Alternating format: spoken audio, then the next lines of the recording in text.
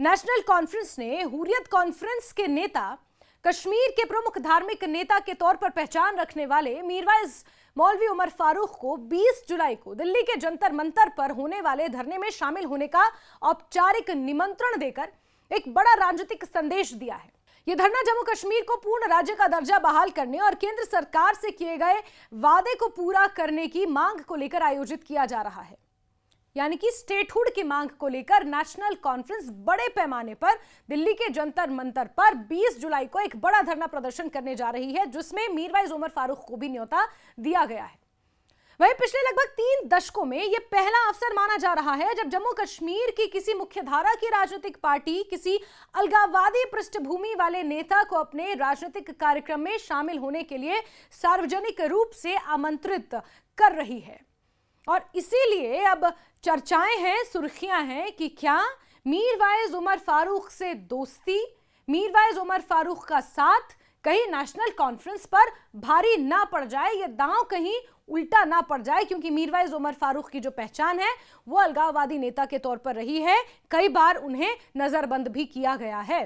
National conference का यह कहना है कि जम्मू कश्मीर को राज्य का दर्जा वापस दिलाने की लड़ाई किसी एक राजनीतिक दल की नहीं बल्कि पूरे प्रदेश के लोगों की लड़ाई है, क्योंकि स्टेटहुड का मुद्दा आज भी जम्मू कश्मीर की आवाम का एक कहीं ना कहीं सेंटिमेंटल मुद्दा है। वो आज भी इस बात को लेकर मायूस हैं कि उनसे स्टेटहुड छीन लिया गया।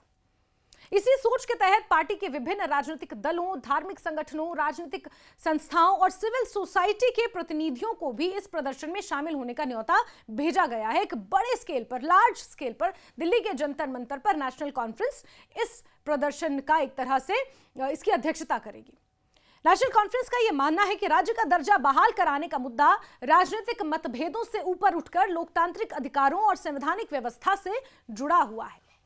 20 जुलाई को संसद के मॉनसून सत्र के पहले ही दिन दिल्ली के जंतर मंतर पर प्रस्तावित इस प्रदर्शन को नेशनल कॉन्फ्रेंस अपने सबसे बड़े राजनीतिक अभियानों में से एक के रूप में देख रही है। पार्टी का उद्देश्य केंद्र सरकार पर यह दबाव बनाना है कि जम्मू कश्मीर को पूर्ण राज्य का दर्जा लौटाने का जो वादा किया गया था उसे अब और टाला नहीं जाना चाहिए। आपको याद होगा, स्टेटहुड के मुद्दे को लेकर गृह मंत्री अमित शाह ये बयान दे चुके हैं कि 3 चरण होंगे, यानी कि 3 स्टेप होंगे। पहला था डिलिमिटेशन, दूसरा था विधानसभा चुनाव, तीसरा था स्टेटहुड।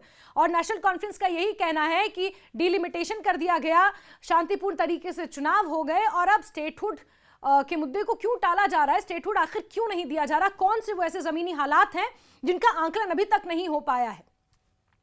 वहीं इसके लिए पार्टी ने पहले श्रीनगर और जम्मू में 11 और 12 जुलाई को 2 बड़ी रैलियां आयोजित करने का फैसला लिया है, ताकि जनता के बीच इस अभियान के प्रति व्यापक समर्थन जुटाया जा सके। यानी कि ये जो अभियान दिल्ली में होने जा रहा है, ये जो प्रदर्शन दिल्ली में होने जा रहा है, इसको लेकर लोगों को जागरूक किया जाए। लेकिन इस बीच जो सबसे ज्यादा चर्चा का विषय है वो है मीरवाइज उमर फारूक को दिए गए निमंत्रण को लेकर। नेशनल कॉन्फ्रेंस की ओर से मुख्यमंत्री उमर अब्दुल्ला के करीबी नेता तनवीर सादिक खुद श्रीनगर स्थित मीरवाइज के निवास पहुंचे और उन्हें औपचारिक निमंत्रण सौंपा।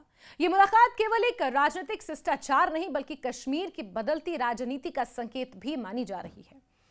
हालांकि तनवीर सादिक ने यह स्पष्ट नहीं किया कि मीरवाइज उमर फारूक ने इस निमंत्रण पर अंतिम रूप से क्या फैसला लिया है, लेकिन उन्होंने कहा कि पार्टी अध्यक्ष डॉक्टर फारूक अब्दुल्ला के निर्देश पर जम्मू कश्मीर और देश भर के विभिन्न राजनीतिक, सामाजिक और धार्मिक संगठनों को इस आंदोलन में शामिल होने के लिए आमंत्रित किया जा रहा है। यानी कि ये जो थॉट है ये पूर्व मुख्यमंत्री और एनसी सदर डॉक्टर फारूक अब्दुल्ला का है कि मीरवाइज उमर फारूक को भी बुलाया जाए।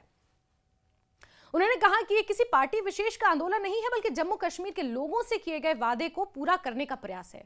मीरवाइज उमर फारूक ने भी इस निमंत्रण पर अपनी प्रतिक्रिया दी। उन्होंने कहा कि वो केवल एक धार्मिक नेता ही नहीं है बल्कि मुत्ताहिदा मजलिस उलेमा के अध्यक्ष भी हैं, जो जम्मू कश्मीर के विभिन्न इस्लामिक संगठनों का एक साझा मंच है। उन्होंने राज्य का दर्जा बहाल करने की मांग का समर्थन किया, लेकिन साथ ही यह भी स्पष्ट कर दिया कि उन्हें केवल आधा अधूरा एजेंडा स्वीकार नहीं है। उनके अनुसार जम्मू कश्मीर के लोगों को केवल राज्य का दर्जा नहीं बल्कि वो सभी संवैधानिक और राजनीतिक अधिकार भी वापस मिलने चाहिए जो पहले उनके पास थे, यानी कि स्पेशल स्टेटस का यहां पर मीरवाइज उमर फारूक ने जिक्र किया। उन्होंने कहा कि यह लड़ाई सिर्फ स्टेटहुड तक सीमित नहीं रहनी चाहिए बल्कि आर्टिकल 370 और 35A की बहाली को लेकर भी इस आंदोलन को और ज्यादा इसका दायरा बढ़ाया जाना चाहिए। इस बयान को राजनीतिक विश्लेषक काफी महत्वपूर्ण मान रहे हैं, क्योंकि इससे यह संकेत मिलता है कि मीरवाइज राज्य के दर्जे की बहाली का समर्थन तो करते हैं, लेकिन उनकी राजनीतिक मांगें उससे कहीं ज्यादा बड़ी हैं। दरअसल मीरवाइज उमर फारूक और नेशनल कॉन्फ्रेंस के संबंधों का इतिहास काफी जटिल रहा है। कई दशकों तक श्रीनगर की राजनीति में दोनों परिवार एक दूसरे के कट्टर राजनीतिक प्रतिद्वंदी रहे। नेशनल कॉन्फ्रेंस के समर्थकों को शेर और मीरवाइज परिवार के समर्थकों को बकरा कहा जाता था। यह कश्मीर की राजनीति में कहा जाता था। दोनों के बीच राजनीतिक प्रतिस्पर्धा कई बार सामाजिक तनाव का कारण भी बनी और इस ऐतिहासिक दुश्मनी को कम करने के लिए साल 1983 में तत्कालीन केंद्र सरकार की पहल पर नेशनल कॉन्फ्रेंस के नेता डॉक्टर फारूक अब्दुल्ला और मीरवाइज उमर फारूक के पिता मीरवाइज मौलवी फारूक के बीच एक महत्वपूर्ण समझौता हुआ, जिसे डबल फारूक एकॉर्ड के नाम से जाना जाता है। हालांकि उसके बाद परिस्थितियां बदलती रहीं और कश्मीर में अलगाववाद और आतंकवाद के दौर ने राजनीति की दिशा बदल दी। ऐसे में आज नेशनल कॉन्फ्रेंस द्वारा मीरवाइज को खुला निमंत्रण दिए जाना उस पुराने इतिहास के संदर्भ में बेहद महत्वपूर्ण माना जा रहा है।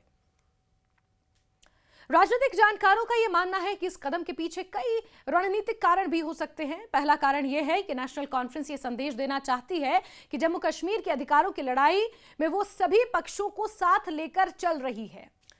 दूसरा कारण श्रीनगर शहर में अपनी राजनीतिक पकड़ को मजबूत करना है, जहां मीरवाइज का सामाजिक और धार्मिक प्रभाव आज भी बहुत ज्यादा माना जाता है। वो कश्मीर के सबसे अहम धार्मिक नेताओं में, रूहानी नेताओं में उनकी गिनती है।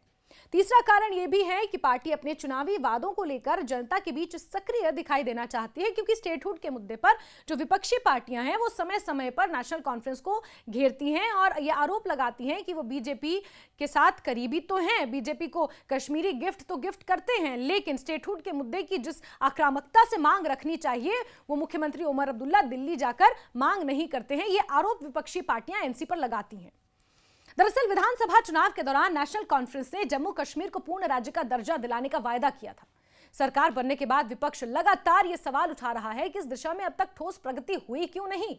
कांग्रेस ने भी मेरी सियासत मेरा हक अभियान शुरू करके इस मुद्दे पर सरकार पर राजनीतिक दबाव बढ़ा दिया। ऐसे में नेशनल कॉन्फ्रेंस इस धरने के जरिए, इस प्रदर्शन के जरिए यह दिखाना चाहती है कि वो अपने वादे को लेकर गंभीर है और केंद्र सरकार पर लगातार दबाव बना रही है।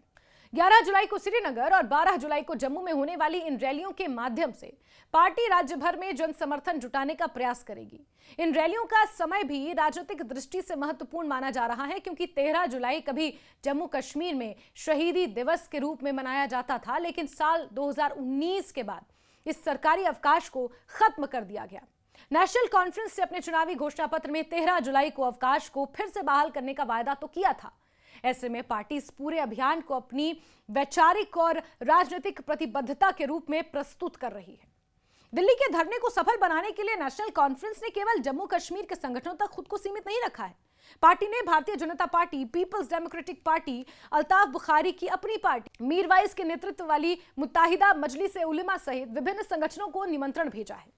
इसके अलावा कांग्रेस संसदीय दल की अध्यक्ष सोनिया गांधी, तमिलनाडु के मुख्यमंत्री एम के स्टालिन, एआईएमआईएम प्रमुख असदुद्दीन ओवैसी सहित कई राष्ट्रीय नेताओं और गैर एनडीए दलों के प्रमुख नेताओं को भी इस प्रदर्शन में शामिल होने का आमंत्रण नेशनल कॉन्फ्रेंस की तरफ से दिया गया है। पार्टी के मुख्य प्रवक्ता और जद्दीबल से विधायक तनवीर सादिक ने कहा कि पार्टी चाहती है कि राज्य के प्रत्येक नागरिक और लोकतांत्रिक व्यवस्था में विश्वास रखने वाला हर व्यक्ति इस अभियान का समर्थन करे। उनके अनुसार ये किसी दल की नहीं बल्कि जनता की लड़ाई है और अब समय आ गया है कि केंद्र सरकार अपने वायदे को पूरा करे जो उन्होंने जम्मू कश्मीर की आवाम से किया था। हालांकि इस राजनीतिक पहल ने विवाद भी खड़ा कर दिया है। भारतीय जनता पार्टी ने मीरवाइज उमर फारूक को दिए गए निमंत्रण पर कड़ी आपत्ति जताई। बीजेपी नेताओं का यह कहना है कि मुख्यधारा की राजनीति में अलगाववादी पृष्ठभूमि वाले नेताओं को इस प्रकार शामिल करना सही नहीं है। उनका आरोप है कि नेशनल कॉन्फ्रेंस वोट बैंक की राजनीति के लिए ऐसा कदम उठा रही है जिससे गलत संदेश जा सकता है। दूसरी ओर नेशनल कॉन्फ्रेंस का यह कहना है कि मीरवाइज को यह निमंत्रण एक धार्मिक और सामाजिक प्रतिनिधि के रूप में दिया गया है, न कि किसी अलगाववादी एजेंडे के प्रतिनिधि के तौर पर। पार्टी का तर्क है कि जम्मू कश्मीर के लोगों के अधिकारों से जुड़े मुद्दे पर समाज के सभी वर्गों की भागीदारी जरूरी है। राजनीतिक विश्लेषकों के अनुसार यह घटनाक्रम जम्मू कश्मीर की बदलती राजनीति का संकेत है। एक ओर नेशनल कॉन्फ्रेंस अपने चुनावी वादों को लेकर सक्रिय दिखना चाहती है, तो वहीं दूसरी ओर वो ये संदेश भी देना चाहती है कि राज्य के अधिकारों के प्रश्न पर व्यापक राजनीतिक सहमति बनाई जा सकती है। यदि विभिन्न राजनीतिक और सामाजिक संगठन इस मंच पर एक साथ आते हैं तो इससे राज्य के दर्जे की बहाली की मांग को राष्ट्रीय स्तर पर नई मजबूती मिल सकती है, ऐसा एनसी का मानना है। हालांकि यह भी स्पष्ट है कि राज्य के दर्जे की बहाली और अनुच्छेद 370 से जुड़े व्यापक राजनीतिक प्रश्नों पर विभिन्न दलों और नेताओं की राय अलग अलग है। मीरवाइज उमर फारूक ने भी स्पष्ट कर दिया है कि उनकी प्राथमिकता केवल राज्य का दर्जा स्टेटहुड नहीं है, बल्कि जम्मू कश्मीर के सभी पुराने संवैधानिक अधिकारों की बहाली है, यानी कि स्पेशल स्टेटस की। ऐसे में भविष्य में इन मुद्दों पर सभी पक्षों के बीच कितनी समानता बन पाती है, यह देखना बड़ा दिलचस्प होगा। फिलहाल इतना तय है कि नेशनल कॉन्फ्रेंस द्वारा मीरवाइज उमर फारूक को दिया गया निमंत्रण जम्मू कश्मीर की राजनीति में एक बड़ा प्रतीकात्मक और रणनीतिक कदम माना जा रहा है। इससे जहां एक ओर राज्य के दर्जे की बहाली के मुद्दे को नई राजनीतिक गति मिलती है, वहीं दूसरी ओर इसने प्रदेश की मुख्यधारा और अलगाववादी राजनीति के बीच बदलते समीकरणों पर भी एक नई बहस शुरू कर दी है। अब सभी की नजरें 20 जुलाई को जंतर मंतर पर होने वाले प्रदर्शन और उसमें विभिन्न राजनीतिक दलों और सामाजिक संगठनों की भागीदारी पर टिकी हैं, क्योंकि इसे यह स्पष्ट होगा कि जम्मू कश्मीर के अधिकारों की लड़ाई किस दिशा में आगे बढ़ती है।